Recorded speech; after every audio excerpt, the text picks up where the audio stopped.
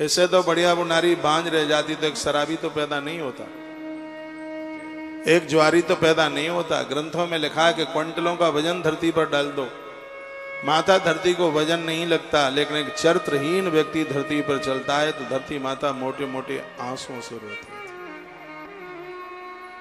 कभी यह गलती मत करना, यदि किसी नारी को पति दुनिया छोड़ करके चला गया, ऐसी नारी का अपमान मत कर बैठना, सगरे पुण्य क्षीण हो जाए। और प्राय है समाज में इतना बड़ा अपराध अन्याय होता है, जिस नारी को पति दुनिया छोड़ के चला गया, अच्छे से दूर रहना, कलश को हाथ मत लगा देना, पूजा में आगे मुंह ना दिखा देना, तो इतनी अशुभ है, तेरा मुंह देखने का धर्म क्या है, तू वैधव्य है, तेरे पति नहीं है। मैंने ये कहीं आज तक ये पढ़ा नहीं है कि जिस नारी को पति दुनिया छोड़ करके चला गया है और वो भगवान के मंदिर में नहीं खड़ी हो सकती, कि परमात्मा के दरबार में उसके लिए जगह नहीं है। हमने तो पढ़ा है कि माता कौशल्या को पति नहीं है, महाराज दशरथ की मृत्यु हो गई, लेकिन प्रभु राम का प्रथम तिलक मां के हाथों से होता है। माता कुंती को भी पति नहीं है, उसका भी पति दुनिया छोड़ करके चला गया, लेकिन धर्मराज युधिष्ठिर के भाल के ऊपर तिलक ये नारी करती। ये समाज की विडंबना देखिए, जिस नारी का पति दुनिया छोड़ के चला गया और वो अपनी बिटिया का विवाह करने को जा रही है, उसको कन्यादान नहीं करने देते, कह देते हैं तू कन्यादान की अधिकारी नहीं है क्योंकि तेरा पति नहीं है। इसलिए मैं ग्वालियर की इस बहुत बड़ी व्यासपीठ से बोल रहा हूं, किसी ग्रंथ में मुझे लिखा बता दीजिए, ऐसा कौन से ग्रंथ में लिखा है कि जिस नारी को पति नहीं है वो अपनी बेटी का कन्यादान नहीं कर सकती। कोई आपके पास में कोई स्क्रीनशॉट मिले, कोई किताब के पन्ने में लिखा हो, कहीं किसी ग्रंथ में लिखा हो तो जरूर भेजिए। मैं बहुत आग्रह पूर्वक निवेदन करूंगा। एक तो वो है नारी अपने पति के बिना कितने दुखों के साथ जी रही है, और एक समाज ऊपर से उसका इतना बड़ा अपमान करे, यह ऐसा कभी नहीं होना चाहिए।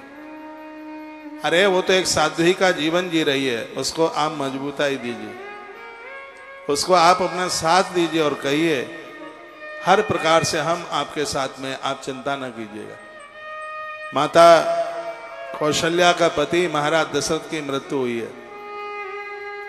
गुरुदेव वशिष्ठ ने जो शब्द बोले हैं वो बड़े अद्भुत हैं। कहा हे देवी, तेरा तो दर्शन करने से दिन सुधर जाता है। माँ, अपने आप को तू हल्का ना समझ, तू साधारण नहीं है, तो उससे शुभ कौन हो सकता है? और जिसने परमात्मा को प्रकट किया है अपनी कोख से, जिसने ईश्वर को ही प्रकट कर दिया, तू बड़ी वंदनीय है, तू बहुत प्रणाम करने को लायक है।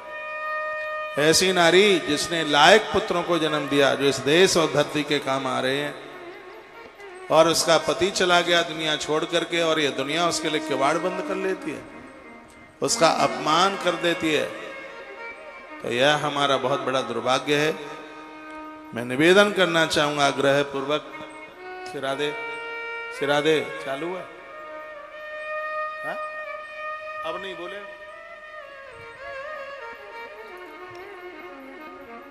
बोली बांके बिहारी लाल की जय, श्री हनुमान जी महाराज की जय। जय श्री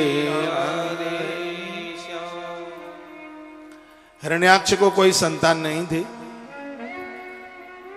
हिरण्याक्ष औलाद के लिए तप करने को गया,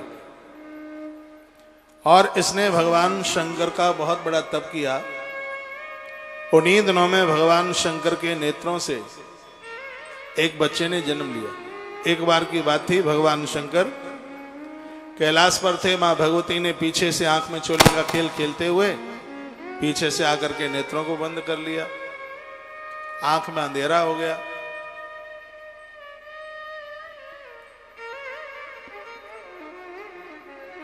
आंख में से पसीने की बूंदें नीचे टपकी और उन्हीं में से एक बच्चा प्रकट हो गया।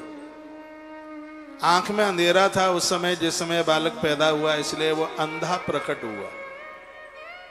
इसका मतलब यह है कि बच्चों को जन्म देते समय जैसी तुम्हारी भावनाएं होती हैं, औलाद उसी प्रकार से होती है। मैंने बहुत बार संहिताओं के माध्यम से निवेदन किया है कि बच्चों के जन्म के समय पर माता पिता की जैसी भावना होगी, औलाद वैसी ही होगी, बिल्कुल वैसी होगी। इसलिए संतान को जन्म देने के लिए वासना नहीं हो, मन में यह भावना हो कि हम अपने कुल खानदान के लिए, परिवार के उत्थान के लिए, इस कुल के उद्धार के लिए एक सात्विक संतान को हमें जन्म देना है।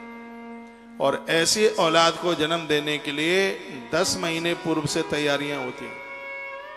माता पिता जमीन पर, पति और पत्नी जमीन में सोते हैं, एक समय भोजन लेते हैं। नारी रात्रि को खुले केसों से नहीं सोती, जूठे मुंह से नहीं सोती। 10 महीने पहले से तैयारी होती है, बाहर का खाया नहीं जाता, सूतक पातक होने वाले लोगों के यहाँ नहीं जाया जाता, सात्विक चीजें खाई जाती हैं, संयमित होकर के रहना पड़ता है, तब कहीं अद्भुत संतान का जन्म होता है।